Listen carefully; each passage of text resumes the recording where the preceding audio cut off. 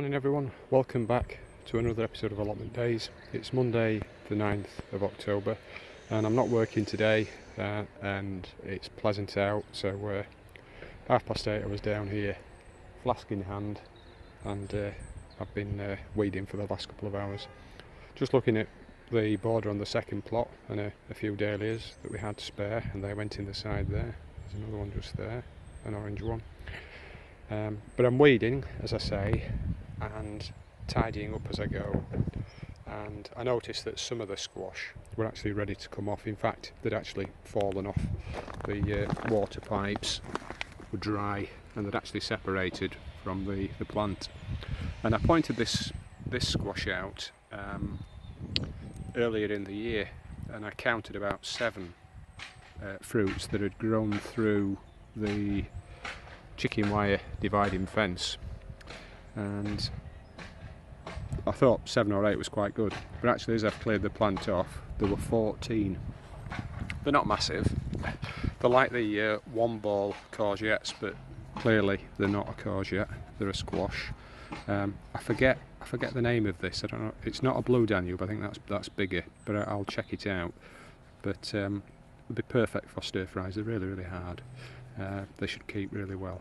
14 from one plant, and I must have put about 4 or 5 of these in, so I could have 100 of these little green things like cannonballs.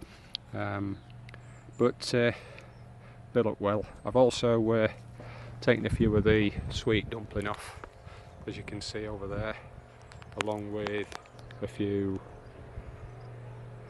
marrows. They're really outsized courgette, but a courgette is a squash. We had one of the big ones on the windowsill at home in the kitchen last year, and it lasted all the way from mid-October around this time through till April before it started to go soft. We didn't eat it, I was just curious as to see how long it'd last, and they do seem to do better at room temperature. But you can see at the side probably about 8 sweet dumpling. That's the green and sort of beige coloured striped pumpkin. That's a nice one. It's lovely and orange inside the flesh on that one. But I have a lot of weeding to do. I've done all the border around the raised bed with the blueberries in, and I've edged the lawn, if you want to call it that, on the no dig plot. I've got a couple of beds to clear out as well, the cabbage and some of the kohlrabi that have gone to seed. So I'm just going to keep pottering, and I've no major project today. I'm just doing what I can, having a sit down when I'm tired. I think that's the order of the day sometimes. Just see what you fancy and do it. Have a sit down, have a cup of tea, have a wander around, see what needs doing, and then, you know, decide what you can face and then tackle it. And little by little you get there. You don't have to kill yourself, you know, pushing ahead. Just do lots of little jobs sometimes, and that inspires you to do the bigger jobs sometimes, I think. But I've plenty of weeding to do, and I'll be at it all day today. So, and I'm enjoying it. It's really pleasant. So I'll catch you later. Take care. Hi again. It's just 5 minutes after I took the last little video clip, and I leant over the fence from where the dahlias are that I showed you, and at the other side there's a rather large purple sprouting broccoli, and I saw a courgette come marrow peeking out from underneath. So they've been sort of shaded from the sun. When I lifted the plant back, I'll not believe it, but I saw, and here they are, along with all the whitefly, 6 massive courgettes. 6. And look at the size of them. 6. I mean, you normally get 1 or 2, sometimes 2 and a little piddly one at the side, but 6 massive marrows. The marrows now aren't they're that big, but each one, look at the size of it. We know that courgettes can get big, but I've never seen so many under one plant. That's 6, and I bet each one weighs about 4 or 5 pounds. Unbelievable. And they'll keep and they'll use, they will get eaten this year. So I just thought I'd show you that, because I think it's amazing that all 6 managed to grow to that size. And it just shows you again how nutritious this no-dig border must be, because the roots have gone through the manure that's been on top and down through the grass into the ground underneath, and it's obviously good soil underneath. There might be quite a lot of brick and rubbish in it, but the soil's good. So I just thought I'd show you those. 6 big green whales hiding under 1 purple broccoli plant. Catch you later. Hi again, still Monday the 9th, and I've just finished taking up all of the little green squash. As I say, I can't remember the name, I'll look that up for you. But you can see from the water pipes that they'd already dried, and most of them had just dropped off and were just sat on the top of the soil. But you'll not believe how many there were, off about, I think it was 6 plants. We'll have a look, shall we? Now this is an 8 foot by 4 foot bed, and I've put them around the edge like beach pebbles. Do you think they go all the way around? I can tell you that there are 77. So if we look, we go round the side.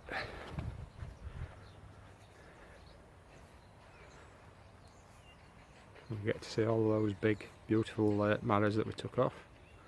Carry on round the bottom, and I think you can see that they go all the way around the bed, and there are 2 there extra in the corner, and I'm pretty certain that once I clear the bed, rather the border, there'll be 2 or 3 that I've missed that are just buried in the you know, have sunk into the manure on top. Now I wasn't planning to take any off, but as I say, clearing the border, I noticed that they'd actually fallen off, a lot of them, so I've taken them all off. 77 off 5, probably 5, possibly 6 at the most plants, so averaging over 10 per plant. And I've taken a couple of the sweet dumpling off as well. I actually cut through a water pipe by mistake, and some were in the way, so I took them off as well because they were all over the path. But yeah, Tom behind me, he agrees it's quite a result. That's Tom the horse. So yeah, that's you often hear in permaculture talks and essays the term abundance used, and you get a bit sick and tired of hearing it, because everybody that's on YouTube, you know, they wax lyrical and then they start talking about how abundant the permaculture system is, and well, you have to say that sometimes, you know, it does lead to abundance. Not always, but this is off a no-dig border, and if I turn around you can see there's still a load of sweet dumpling, probably 10 a dozen or so. Oh, and look where I've just spotted a couple of green ones that I've missed, so we're up to 79. And I've seen another one under here as well. No, not 1, but 2. So we're already over 80. We're on 81. And I can see 2 up there, so that's 83. So well over 80 are the little ones. Probably about 20 sweet pumpkin. About half a dozen butternut squash, and then you can see all the other red ones and orange ones, a few yellow as well. So I'm over the moon really with this no-dig border. I would recommend it to anyone. Get some cardboard down, get some manure on it if you can get hold of it, and with very little effort really. You know, you've got a winter's supply of squash probably for about 6 families. So yeah, I'll stop waxing lyrical now, and I'll just say one more time, there's a little bit of abundance on the no-dig plot. Catch you later. I just bent down and picked up the last few that we just saw under the broccoli plant, and I said, oh, there might be another 3 or 4. In point of fact, there were 10. So we're now on 89 squash off 6 plants. Hi again, still on the no-dig plot, tidying the border. It's probably going to take me all day, and I've just turned my attention to the sunflowers. We had small ones at the bottom and a giant variety at the top. I didn't measure them, but they got to about 11, almost 12 feet. But you can see with the root ball just how substantial they were. I put my hand around it, get out of the sun. You can see that that's my foot at the side. I'm going to have to carry these down to the green dump, as it's known. It's actually a big patch of blackberries, and obviously doing the blackberries a service by providing green matter to rock down, if anybody asks.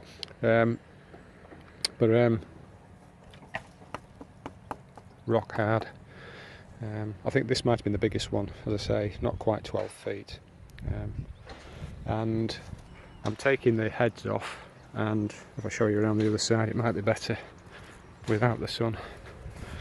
And the heads have just been popped down the inside of the pallet fence along the side. I've put a few in there as well, and that's just for the birds so that they can get the seed, because I came down the other morning and disturbed about 20 finch, goldfinch and other, I don't know what they were, to be honest. Some were green, some were yellow, had yellow breasts, but they love the seed, and there'll be a little bit more here for them.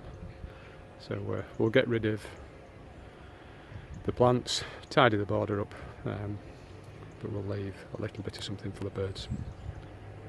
Catch you later.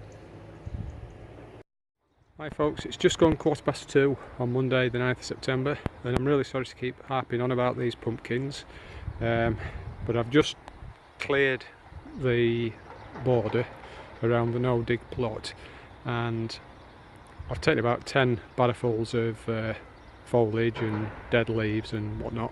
Very little in the way of weeds, just a little bit of grass, and it just came up in my hand. I didn't have to even stick a trowel in or anything.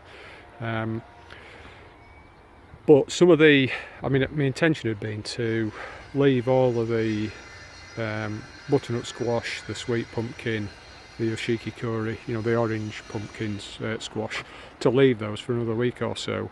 And basically what's left now in the border is what's going to be left for another week. These are the fruits that are still connected to a solid pipe that goes back to the mother plant. The same with the orange ones down there, and at the bottom as well. But the ones that I've taken off, which I'd not anticipated taking off, were pumpkins that had actually broken off and were just sat on the top of the soil, or else they were connected to a pipe that was only part of the pipe that had been separated from, you know, had rotted away from the mother plant. So I've taken some of the hunter butternut squash off, and about a dozen sweet dumplings, they're the ones there, and about 7 or 8, no, maybe 10 of the yellow scallops, they're the ones on the right, and a couple of the baby bear and yoshiki curry. And on this blueberry bed, I've counted them, there are 134 squash, and there are 10 of the sweet dumpling left and 20 of the orange ones there in the distance. So by my reckoning, unless I find any further little green ones that are hidden, this year we've got from this no-dig plot border 164 squash, which is not bad. and I think I put about, to be fair, I put about 20 plants in. Mine's been 18 plants, but I put so many plants in because I wanted the foliage to completely block out the light and cover the bed, and it did that fantastically. You can see I've not really disturbed the soil. I've pulled an odd plant out, mother plant from the squash, but apart from, as I said earlier, a little bit of grass growing in from the side and perhaps from the other side, and a few nettles that had been trapped by the fence. You often get it on borders, but you can never really eradicate it, particularly with nettles anyway. Apart from that, I've not really removed anything. One or two tiny docks, but nothing big, and you can see, looking at it, this was just manure, and if I just rub my feet through, we've got nice soil there really now. It's all nicely rotten. There's no sign of the cardboard, so and on the odd occasion that I did dig down to get a bit of couch grass out, the trowel went down probably 10 inch or so below the level of the manure and into the soil that was originally under there beneath the grass. So as I said earlier, I'm over the moon really. So it's all nice and tidy now. I have a little bit more weeding to do up in the corner, and have to remove some of the blown cabbages. I'll do that this afternoon. I've not had my lunch yet, but I'm going to call it a day with this update. This will just be one update on its own, just looking at the pumpkins on the no dig. So thanks very much for watching, and I'll catch you again later. All the best.